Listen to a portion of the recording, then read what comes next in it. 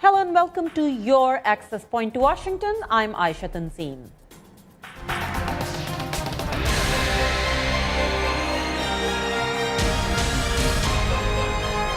Pakistan is set for its history-making elections, the first ever transfer of power from one democratically elected government to another. So what does it mean for the country and for you? We'll find out today. Our first guest joins us in the studio. Marvin Weinbaum is a scholar with the Middle East Institute, but more importantly, he's a well-known scholar on Pakistan. And our second guest joins us via Skype from Lahore. Dr. Hassan Askari Rizvi is renowned for his political analyses. We welcome both our guests to the show. But today, our show is about you, and this show is social media heavy because we want to find out what you think about these elections. Sarah Zaman has joined as a social media guru. We welcome her on the team. She was here last week again. Thank you. Sarah, tell us what people are thinking about this. There is a lot of buzz on our social media platforms. We posted our questions just 24 hours ago, some of the questions, and we got so many responses. So we're very happy and thankful to our viewers who have been constantly talking to us. So the issue, at hand is that throughout Pakistan's history, people have seen glimpses of democracy, but this is the first time that they have seen actually a civilian government complete its tenure. So we wanted to know what they were expecting from a democratic government and if those expectations were met or not. So Rizwan Ray says that after living without democracy for so long, we had very high expectations from it when we finally got it. Unfortunately, it did not meet our expectations, but we must continue with it. Abrar Hussain says, although Pakistan People's Party was able to bring some reforms, it was unable to control inflation, poor law and order situation and terrorism. Therefore, we consider their tenure a failure.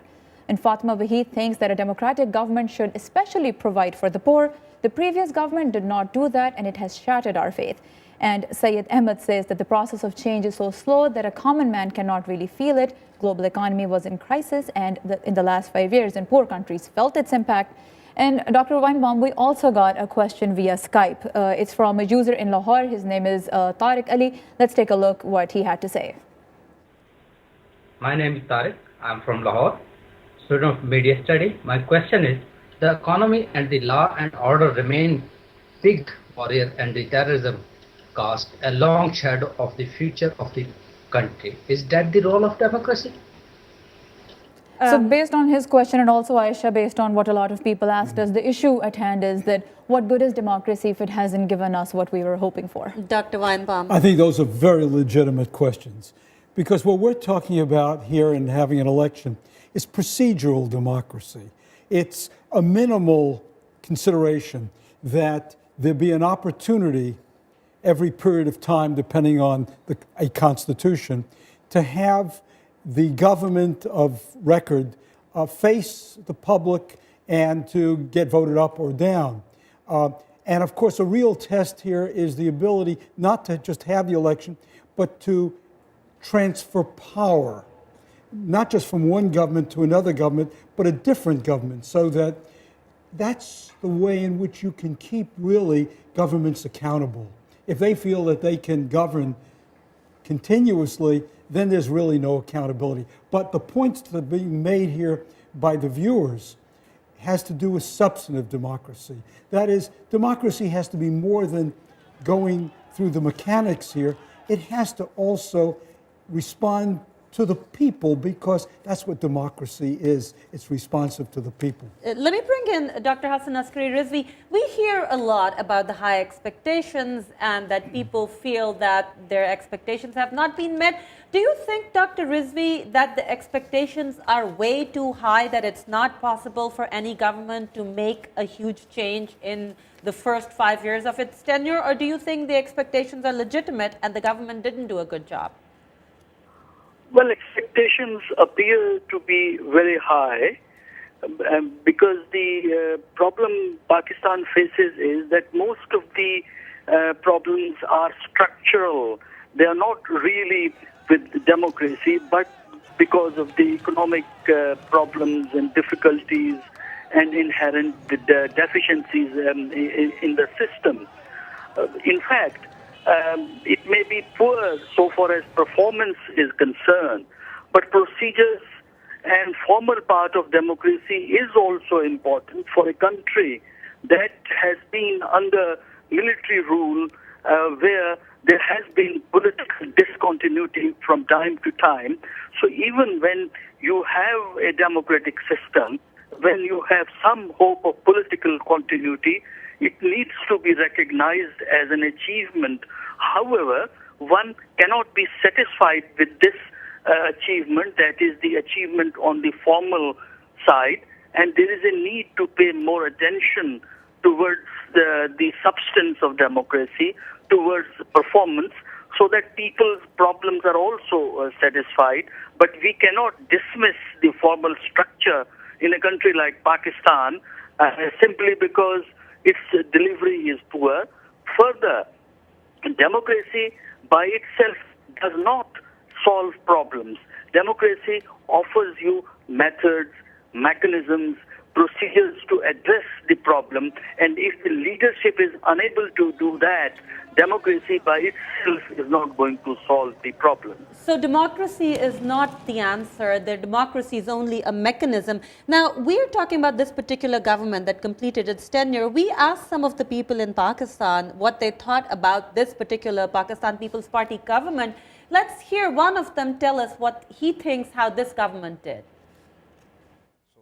PP is equally good, and PP is equally have a problem same others party. There is no difference between PP and other party, because we already experienced of major 2 or 3 parties in Pakistan, and all of them have the same attitude and their tenure. Equally good, equally bad. Dr. Weinbaum, one of the things people say is we have the same parties come over and over again. How do you get over that? Well, I think he's referring to the fact that there has been very little fresh blood in the political system. We see the same leadership year after year. And one of the, I think, real advantages of a democracy that's an open democracy is that new forces can come into play.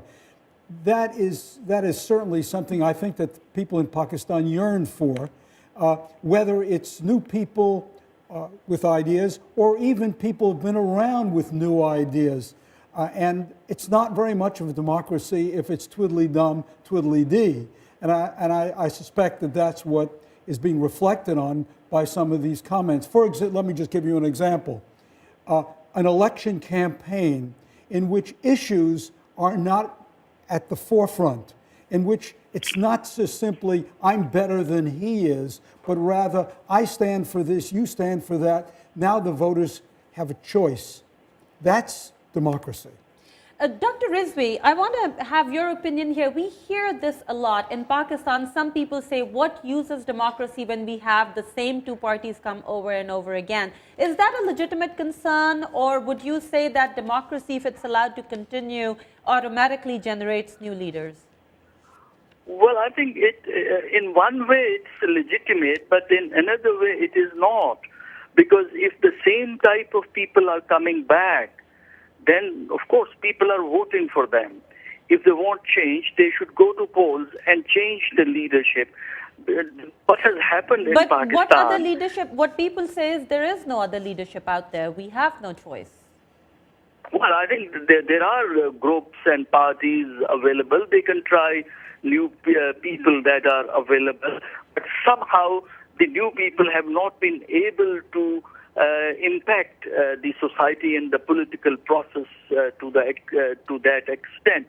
Therefore, there is a tendency to fall back on those who really are there for a long time. Further, this kind of issue, that same kind of people return to power, is often made by those who do not succeed. And therefore, they make an additional argument. What is the fun in having democracy if people don't change? To me, if the democratic process functions over an extended period of time, if elections take place after 4 or 5 years in a regular manner, I think there will be a new leadership coming up, moving from the lower level of the political structure to the higher level of political structure. In case of Pakistan, democracy has not worked in a continuous manner, and a good part of the leadership that you see around in Pakistan was first co-opted by the military, brought forward, and then they adopted the democratic path. In a way, Pakistani leadership did not graduate from lower level to the higher level. The local In fact, leadership it to was the kind national of leadership. shooting to the top position. Exactly. Well, let's go back to what our viewers think. Sarah, back to you. Aisha, just as Dr. Rizvi also mentioned that, as we keep having elections, better leadership will emerge. This is pretty much similar to what people on our social media platforms are also saying. People think that despite the fact that there is political or social uncertainties or security issues, that democracy should still continue. So then we wanted to ask people, what do they think are some of the biggest threats to democracy in Pakistan? And some of the comments I'll share with you. Rizwan Usmani asks, what is more important, democracy or Pakistan? I think current democracy is the biggest threat to Pakistan. Faika Mirza says corruption is the biggest threat to democracy. No country can succeed as long as corruption prevails there. Ahmed Wafa Baloch says feudalism is the biggest threat to democracy in Pakistan. And until we do away with that system, democracy will only be a dream in Pakistan. And Ali Faridi says Talibanization is the biggest threat to the democracy in Pakistan. But we also got a video response to this question as well from a viewer named Hassan in Islamabad. And most people on Facebook tend to agree with him. Let's see what he and many of you think is the biggest threat to democracy in Pakistan. I think if political leadership delivers to the expectation of the people and win the minds and hearts of the people, there is no threat, there is no other threat. They are themselves a threat, the political leadership. So this lack of trust in political leadership is one of the most common themes on our social media platforms when we ask people what is the biggest threat in their minds for democracy. Dr. Weinbaum, as you'd agree, this is the kind of country Pakistan is. People are still skeptical that the elections will actually happen. Well, now the skepticism is going away, but as you said, they're skeptical that there will be a transfer of power. Why are political leaders Well, I so think what bad-mouthed? we're seeing here is a cynicism about politics, which really is a threat in itself. If people lose confidence here that they're going to have meaningful choices, then I think you are going to see, first of all, what has happened in Pakistan, and that is people just don't vote. You can honestly ask yourself how much of a democratic process it is when fewer than half of the people, and sometimes, depending on the figures, as few as 30% of the people of Pakistan vote. They're, in a sense, voting in another way. They're voting a vote of no confidence in the system. What is important is that people have confidence that when they go to the polls, it makes a difference. And that's really the challenge, I think, that Pakistan faces at the moment. Dr. Hassan Askari Rizvi, whose fault is it that people do not have confidence in the system and they don't have confidence in the political leadership? I think it's the political experience of the politically active people that they have developed distrust of the process and distrust of each other, because from time to time the leadership came to the top not by the vote or consent of the people, but they came through other channels. They came through the bureaucratic channel, they came through the military channel, and that created a kind of feeling of helplessness amongst the people. And they think that even if they vote, the leadership is going to come through other channels, the bureaucracy, the military. Therefore, sometimes they are not interested. And I think the other thing is that there is a greater emphasis on performance. And since the performance of the government, democratic government, has been poor, this has also contributed to increasing distrust of the political process.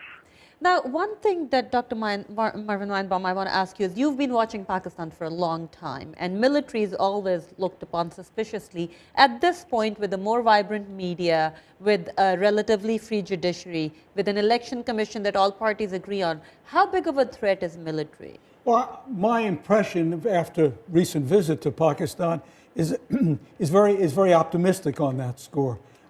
The military has at least publicly made clear that it wants to stand aside and it wants the process to go forward. I think this is smart politics on the part of the military, because I see, and many of my Pakistani friends agree, that the military at this point in time sees very little reason to want to involve itself and feels that the public has no stomach now for military involvement. This is a very important development because we all recognize in the past that the aborted tenures that have taken place have come about because the military was anxious to intervene. We're not seeing that now. It's a very healthy thing. Let me say something else. The very fact that we're having this discussion and we're talking critically about people in power and so on is a good reflection on what's good about democracy. If there were no democracy in Pakistan, we would not be having this conversation. But Dr. Weinbaum, some people on our Facebook pages tend to disagree with you. I'll Please, share a couple of please, comments let's with hear you. that. Absolutely. Wahid Samir says that people want democracy to solve the crisis that our country is facing, but in Pakistan, democracy has failed us, and a lot of us want dictatorship. And Mir Babar says only army can run Pakistan, no political leader can manage it. So would you like to respond to that? Well, don't we have experience here with military regimes? What we have seen is that military regimes don't solve the problems of Pakistan any better than civilian regimes. And military regimes have the capacity, or any kind of, it doesn't have to be military, any kind of authoritarian system decides for the people what's in their interest. Those people who want to see strong leadership and misinterpret what strong leadership means, it doesn't mean necessarily that you have an authoritarian government, that you have a military style government. When given an opportunity, people do want to get rid of that because it's arbitrary and it stifles the kind of discussion from which I think the best in us is able to express itself. Okay, So- now I want to bring in Dr. Rizvi here. Dr. Rizvi, one thing that we hear often whenever people in Pakistan are having problems, be it energy crisis or unemployment crisis, is we want the army back. Now, why is it that during the army rule, people feel economically better off? Should we partially blame America and the West for it? Because a lot of people say there's more aid flowing to Pakistan when there's a dictator on board, and there's less aid when there's a democratic government. I want both you and Dr. Marvin Weinbaum to address this. Well, I think even in military government, after a few years, people start demanding a democratic and civilian system. And somehow when there's a civilian government, then they would talk about the return to the military government. Yes, over the years, we can talk about a higher rate of economic growth in Pakistan under military rule. And somehow some of the crises that developed around Pakistan were also there when the military government was in Pakistan, and that also helped the military government. But the major problem in economic development under military rule has been that the principle of social justice and was ignored, and inequities increased during a military rule despite economic development. So that created another set of problems because of inequities increasing under military rule. Under the civilian rule, I think genuinely these 5 years have been the years of civilian rule. Yes, economic performance had been very poor, but it's not simply democracy and dictatorship. There are other factors that have undermined Pakistan's economy: extremism and terrorism, what is happening in and around Pakistan, energy crisis, all have contributed to the economic crisis.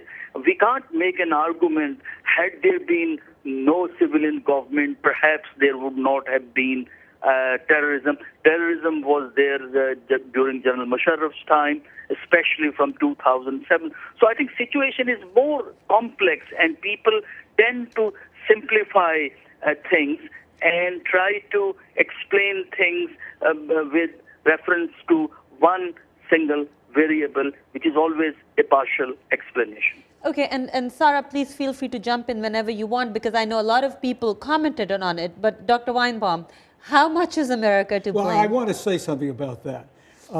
Now, there's no question that there was a great deal of interaction between the United States and Pakistan during the 1980s. And again, after 9/11, and after 2001. So during General Zia-ul-Haq and then General Musharraf's time. Recognize in both those periods, there was a crisis. There was the Soviet invasion of Afghanistan, and then there was 9/11, and there was the American involvement in Afghanistan. Both of those happened to coincide with periods of military rule. Now, the United States did not put those military governments in power. They happened to be there. The United States needed, at those points in time, a partner. It needed Pakistan. And if you need Pakistan, and you need particularly Pakistan's military, it's not surprising that you're going to work with the military to military. So I think it's a function of that. Let me just say one thing more, and that is that I believe the United States, when this government came to power in 2008, made it very clear that it wanted to work with a democratic government, that it preferred. The Carrie Lugar bill got us into trouble because we stated that openly. There should be no question about that. But if there is not leadership on the military side, if the military steps away from its responsibilities, if it doesn't take any role in foreign affairs, you're back to talking to the military. And Aisha, we have a question along these same lines over Skype from a user in Lahore. Her name is Sabine, and she wanted to know a little bit more about America's responsibility towards Pakistan. So let's take a look at what Sabine's question was. My name is Sabine. I'm from Lahore, Pakistan. And I want to ask the panelists, in the past, America has worked with military dictators in Pakistan. What roles does it see for itself in supporting the continuation of democracy in Pakistan? That's my question. Well, I think I've answered that. You've just answered that. Although I want to come to a point you said, and both you and Dr. Rizvi, which is, and we're not just talking conspiracy theories here. There are several intellectuals in Pakistan who feel U.S. does interfere in who gets to power and who doesn't. And there is a theory out there. I want you to accept it or deny it. That just like Saddam got a go-ahead from America before attacking Kuwait, that Pakistani military dictators usually get a go-ahead from U.S. before they take power. Is that true? Well, I think the United States would love if it had more influence over Pakistan's domestic politics. No, it doesn't.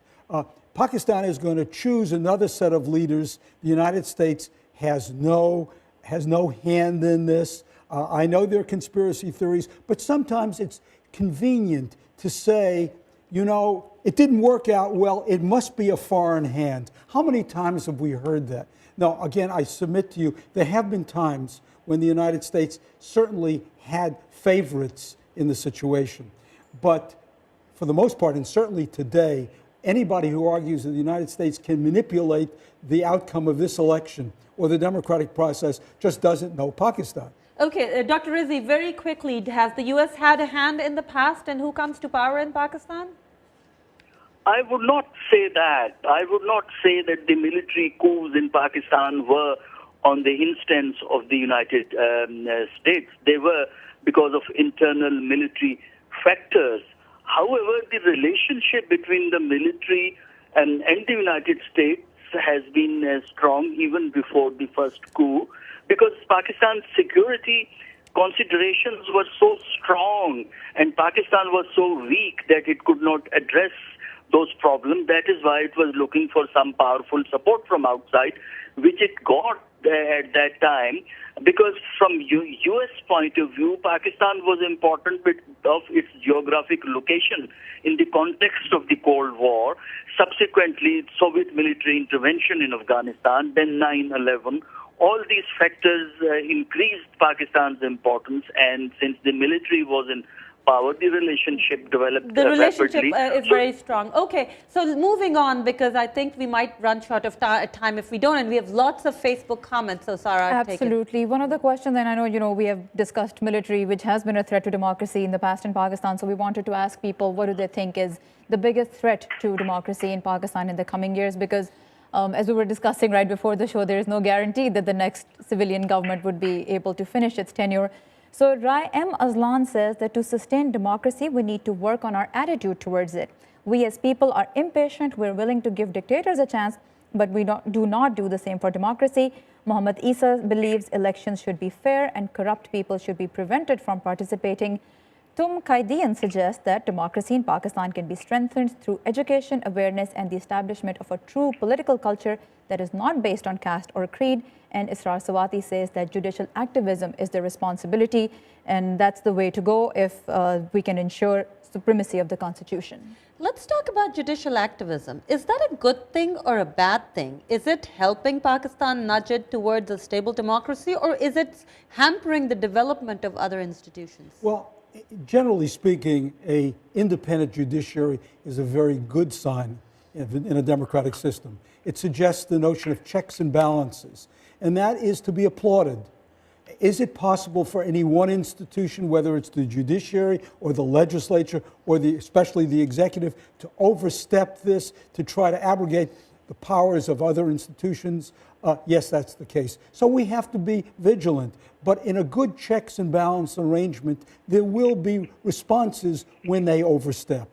Dr. Rizvi, do you think Pakistan's judiciary in its judicial activism has overstepped? Because the PPP government has definitely complained about it, and some people have said it's not letting the parliament do its job. What do you think? I think judiciary has overstepped because it has made judgments that could not be implemented, and there are several judgments which it should not have made because those are essentially political matters, and the judgments that cannot be enforced should not be given. For example, fixing sugar prices, asking the government to establish water reservoir dams, Kalabagh dams, and other things. So I think at times it has overstepped. And secondly, the judges have a tendency to make statements in the course of the proceedings of the court, and all those statements or comments are politically loaded.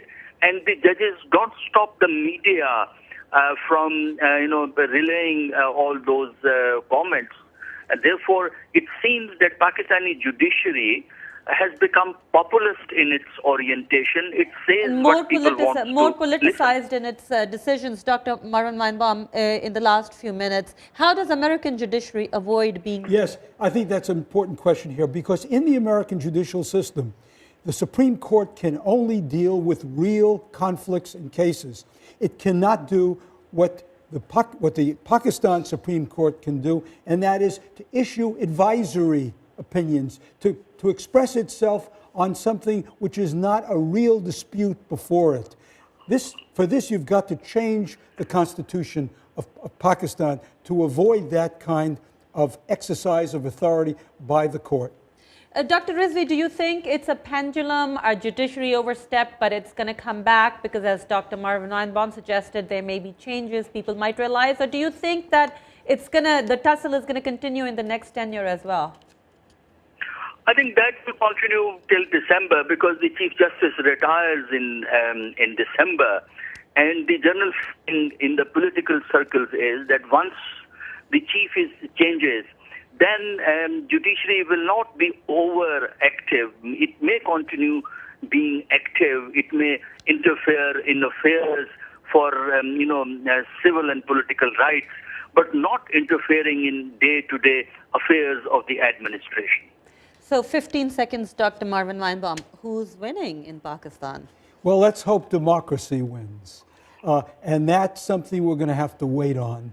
But at least now we have a start again. We have a start again, and we also have some new players in the ring. So hopefully people this time will not think that they don't have a choice.